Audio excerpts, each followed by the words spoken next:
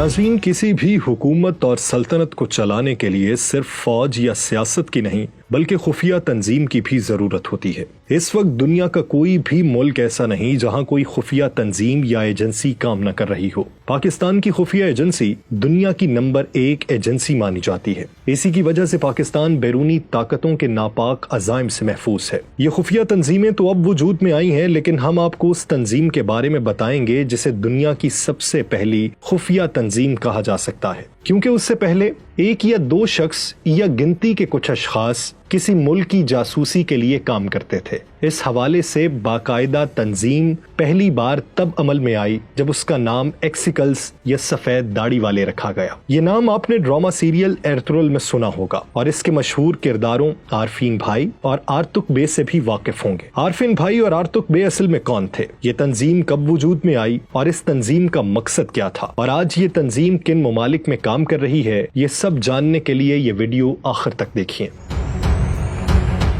आप देख रहे हैं नुक्ता, जिसके साथ मैं हूं यासिर रशीद चौधरी। हमारी इस वीडियो को मुकम्मल देखिए।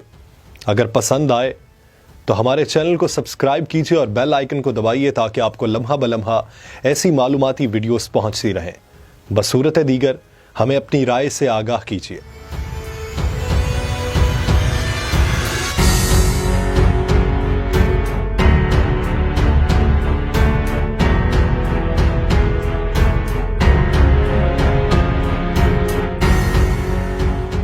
सल्जूकी सल्तनत और उसके बाद उस्मानी सल्तनत के कयाम में अगर किसी का सबसे ज्यादा किरदार है तो वो है सफेद दाढ़ी वाले। सल्तनत सल्जूकिया और सल्तनत उस्मानिया के सलातीन कोई भी काम इन सफेद दाढ़ी वालों की मर्जी के बगैर नहीं करते थे। यही वजह है कि तुर्क आज भी इनकी इज्जत करते हैं। एक्सिकल्स तुर्की जुबान का लफ्ज है जिसके मानी है सफेद दाढ़ी वाले। सफेद दाढ़ी वालों के बारे में मशहूर है कि ये तंजीम एक शख्स देदे करकूत के नाम पर बनाई गई। ये एक इंतहाई ज़हीन शख्स था और इसे सफेद दाढ़ी वाले के नाम से पुकारा जाता था। उसके बारे में मशहूर उस्मानी मौर्रिख रशीदुद्दीन हमदानी कहते हैं कि देदे करकूत 295 साल तक जिंदा रहे। देदे करकूत को औगोस सरदारों ने रसूलुल्लाह सल्लल्लाहु अलैहि वसल्लम की खिदमत में सफीर बनाकर भेजा था। देदे करकूत ने आप सल्लल्लाहु अलैहि वसल्लम के हाथ पर इस्लाम कबूल किया और सहाबी होने का शर्फ हासिल किया। देदे करकूत रज़ियल्लाहु अन्हु ने आप सल्लल्लाहु अलैहि वसल्लम से एक हदीस सुनी जिसमें उन्होंने कहा कि तुम यानी तुर्क मुसलमान जरूर कुस्तंतुनिया फतह करोगे और वो एक अजीम लश्कर होगा और उसका कायद एक अजीम शख्स होगा। देदे करकूत रज़ियल्लाहु अन्हु जब वापस आए तो उन्होंने औगोस सरदारों को रसूलुल्लाह सल्लल्लाहु अलैहि वसल्लम की यह खुशखबरी सुनाई। औगोस सरदारों ने देदे करकूत रज़ियल्लाहु अन्हु की सरबराही में एक जमात तश्कील दी जिसका नाम सफेद दाढ़ी वाले रखा गया। इस तंजीम में तमाम ज़हीन बुजुर्ग शामिल थे।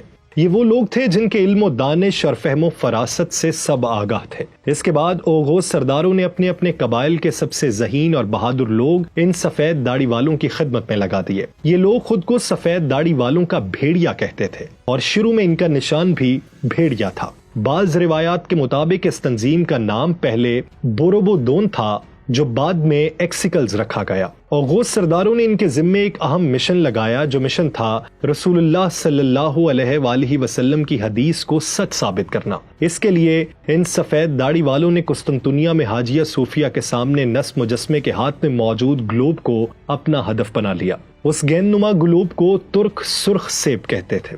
इसके बारे में मशहूर था कि जिस किसी का भी इस पर कब्जा होगा सारी दुनिया उसकी हुक्मरानी में आ जाएगी। उस वक्त एक जासूसी तंजीम अमल में आई जिसकी सरबराही सफेद दाढ़ी वालों के पास थी। सफेद दाढ़ी वालों ने इसी मुनासबत से कोडवर्ड मुंतखब किया, यानी एक शख्स पूछता ए मुसाफिर तुम्हारी मंजिल कहाँ है, तो दूसरा जवाब देता किज़ल इल्मा यानी सुर्ख सेब।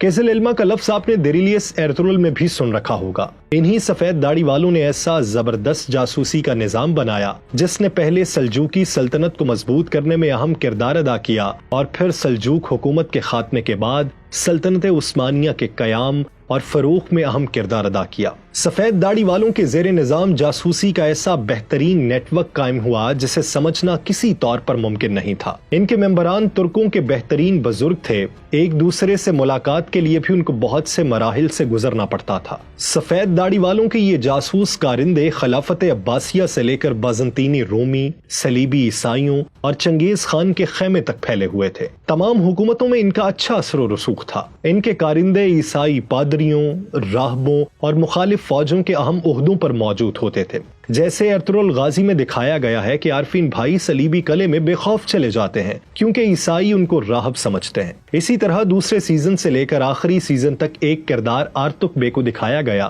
جو کہ ارطغرل اور سفید داڑھی والوں کے درمیان رابطے کا ذریعہ بنتے ہیں۔ عارفین بھائی کے بارے میں تاریخ مکمل خاموش ہے اور ان کے بارے میں کچھ معلومات نہیں ہے۔ البتہ آرتک بے ایک سلجوق کمانڈر تھے۔ ان کی زندگی اس آرتک بے سے قطعی مختلف تھی جو دیریلیس ارطغرل میں دکھائی گئی۔ ان کے بارے میں اگر آپ جاننا چاہتے ہیں تو کمنٹ سیکشن میں ہمیں ضرور بتائیں۔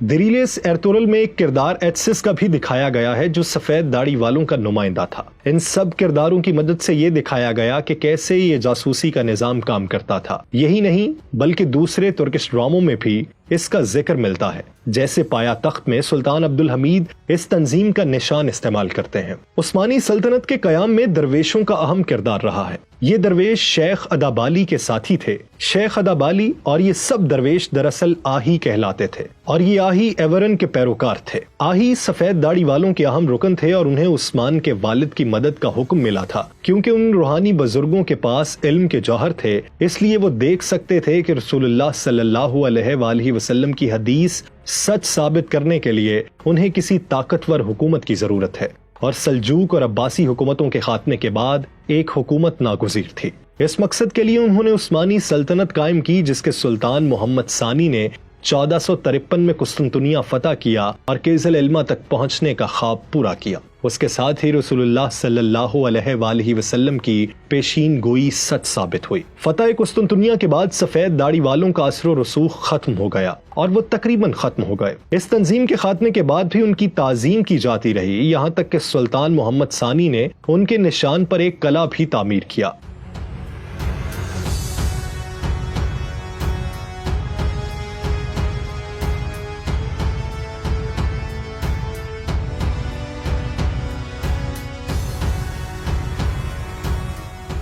'آخری عثمانی سلطان عبدالحمید ثانی نے اس تنظیم کی تشکیل نو کی کوشش کی لیکن وہ اس میں کامیاب نہ ہو سکے۔ آج بھی ترکی میں ایکسیکلز کے نشان کی تعظیم کی جاتی ہے، یہاں تک کہ ترکی کے صدارتی محل کی سیڑھیوں پر موجود 8 سپاہی انہی سفید داڑھی والوں کی نمائندگی کرتے ہیں، کیونکہ اس تنظیم کے ایک وقت میں 8 ممبر ہوتے تھے۔ سلیمان شاہ، ارطغرل غازی، عثمان غازی اور اورخان غازی بھی اس تنظیم کے رکن رہے۔